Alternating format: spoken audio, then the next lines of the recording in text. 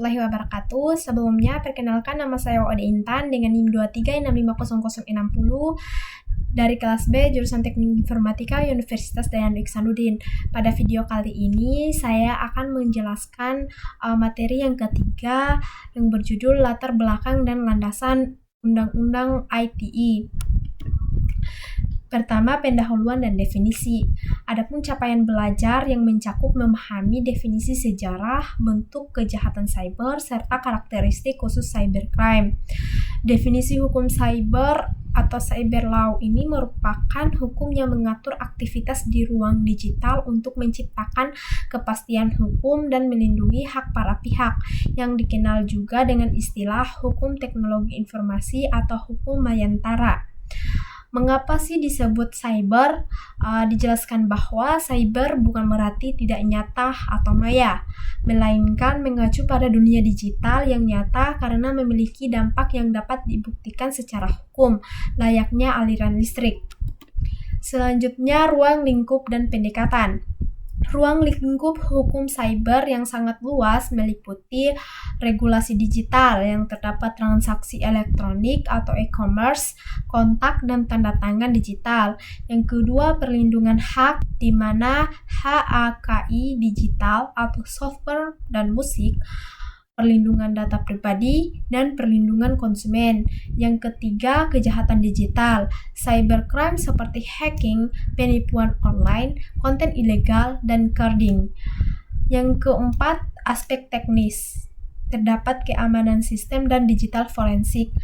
Yang terakhir, etika dan tata kelola, di mana nama domain dan netralitas jaringan.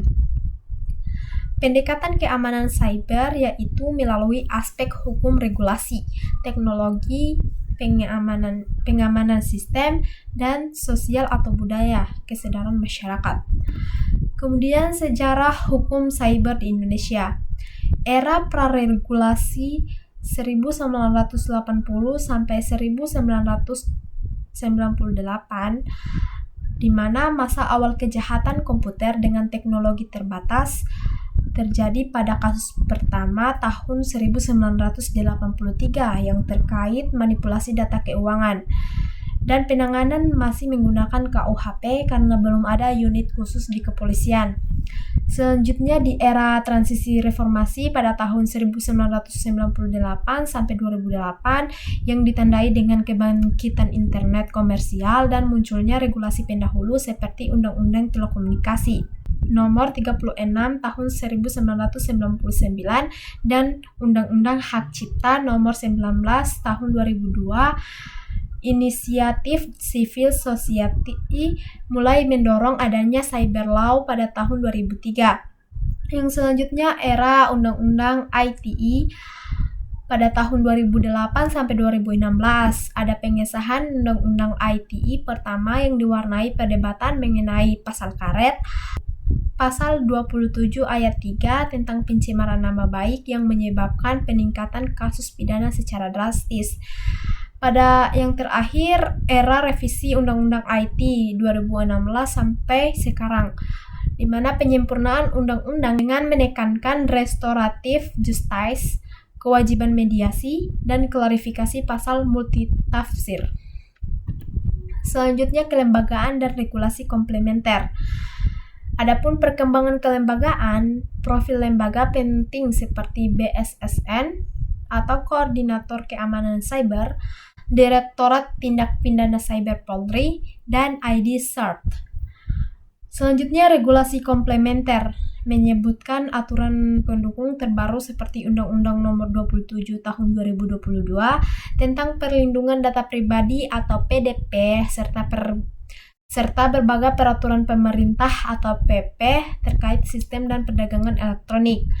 Selanjutnya, perbandingan internasional.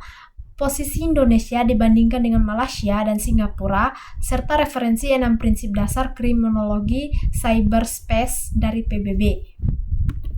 Kemudian selanjutnya, landasan dan tujuan Undang-Undang ITE. Lahirnya rezim hukum baru. Ada konvergensi di mana konvergensi hukum telematika dan hukum mayantara sebagai dampak globalisasi informasi. Adapun asas dan tujuan pasal 3 dan 4 Undang-Undang ITE, asas yang mencakup kepastian hukum dan itikat baik. Tujuan utamanya adalah untuk mencerdaskan bangsa, mengembangkan ekonomi, dan memberikan rasa aman serta keadilan. Studi kasus perbankan online menjelaskan bahwa sebelum Undang-Undang ITE belum ada payung hukum komprehensif untuk transaksi digital seperti e-wallet atau internet banking. Adapun penjelasan dari saya, apabila ada kesalahan dan kekurangan, saya mohon maaf. Wabillahi taufiq walhidayah. Wassalamualaikum warahmatullahi wabarakatuh.